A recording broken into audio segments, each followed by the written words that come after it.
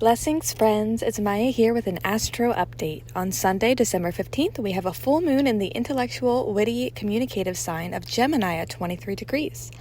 Those of you who have planets around 23 degrees or planets in mutable signs of Gemini, Virgo, Sagittarius, and Pisces will likely feel the effects of this lunation the most.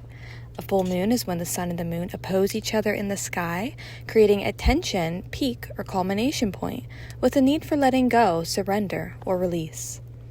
Gemini is a mutable air sign which embraces intellectual conversations, short-form learning and writing, trade, commerce, skills, hobbies, online content, working with the hands, community, local travel, neighborhood, and extended family. This Gemini full moon is an ending or culmination of the seeds we planted during the Gemini new moon back in June.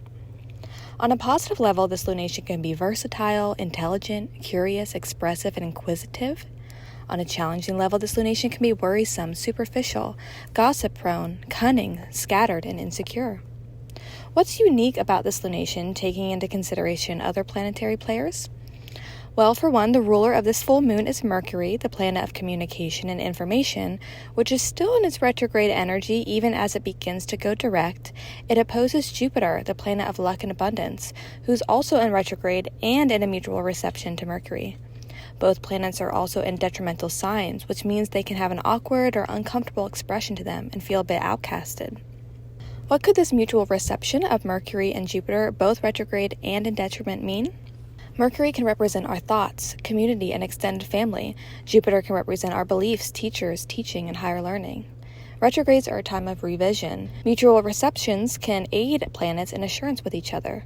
Detriments can represent feeling out of bounds or feeling of being in a foreign place. This can manifest as new foreign concepts of revision having to do with old thoughts and beliefs that may oppose each other. When Mercury, the ruler of this full moon, goes direct, we may find more clarity to such opposing thoughts and revisions internally and externally. Jupiter, the planet of luck, abundance, and growth, is also conjunct the moon. This can bring positive growth and understanding in regard to our inner world, feelings, our habits, body, and family. The full moon's energy is getting heightened by Jupiter's conjunction, heightening a sense of emotions on either a positive or challenging level, and heightening communicative thoughts or conversations on a positive or challenging level with this opposition to Mercury. The full moon is also squaring Neptune, the planet of dreams and illusions, and we have square to Saturn, the planet of seriousness and duty. This can bring a reality check that we may be wearing rose-colored glasses to. It can be helpful to be mindful of any disillusionment or over-promising situations. Saturn can bring harsh lessons, and the Neptune square and Jupiter conjunction can have an overly hopeful, self-denial mistiness with Saturn's restrictions. The nodes of fate are also being activated through a square which can bring fated or destiny-like tension or revelation a week before and after this lunation. There is a loose Star of David pattern happening in the sky, which is a powerful, sacred sign and energy that we can work with. We can use this consciously at this time, calling upon our benevolent guides for assistance.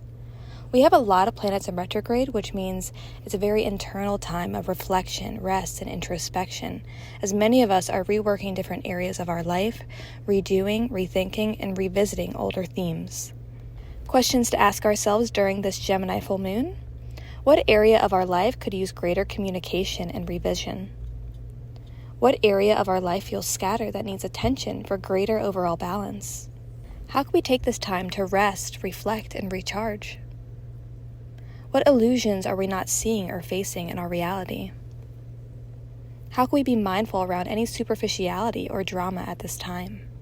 What beliefs no longer serve us that are asking to be released around this full moon?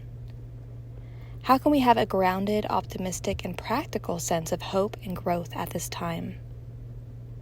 What skill sets can we revisit to express ourselves in versatile and flexible ways? What fated changes might be taking place in our lives behind the scenes during this shift? And how can we call upon our benevolent guides for greater assistance and alignment as we begin to move forward? In what areas can we be of service to our local community, online community, neighborhood, or extended family at this time? What area of life will this full moon in Gemini be happening for you based upon your rising sign? For Aries rising, this new moon is happening in your 3rd house. This could be an ending or a new beginning around your communication, your short form learning and writing, community, neighborhood, local travel, online persona, productivity, and extended family. For Taurus rising, this full moon is happening in your 2nd house. This could be an ending or a release around one's income, how you make money, physical possessions, personal resources, self-worth, the throat, foods one eats, and personal values.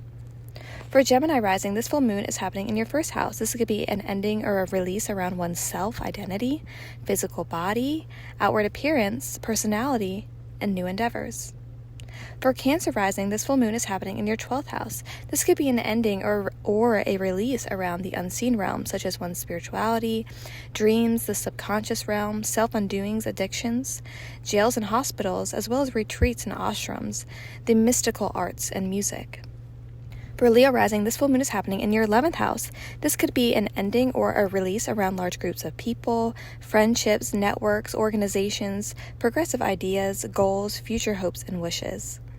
For Virgo rising, this full moon is happening in your 10th house. This could be an ending or a release around one's career, service to the world, public image, authority, reputation, status, parental figures, leadership, as well as honor and achievement. For Libra rising, this full moon is happening in your 9th house. This could be an ending or a release around long-distance travel, higher learning, one's beliefs, philosophies, religion, gurus and pilgrimages, as well as publishing and teaching and government institutions. For Scorpio rising, this full moon is happening in your 8th house. This could be endings or a release around shared money, shared resources, investments, inheritances, taxes, loans, banks, psychology, intimacy, and the occult. For Sagittarius rising, this full moon will be happening in your 7th house. This could be an ending or a release around personal relationships, marriages, business relationships, contracts, negotiations, agreements, collaborations, and legal documents.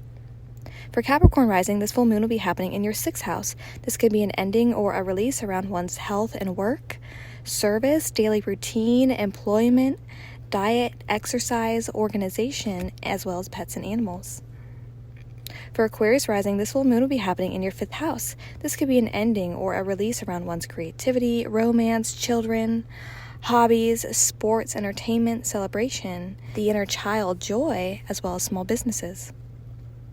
And last but not least, for Pisces rising, this full moon is happening in your 4th house. This could be an ending or a release around one's home and family life, property, real estate, parental figures, one's ancestral roots and tradition, as well as emotional safety.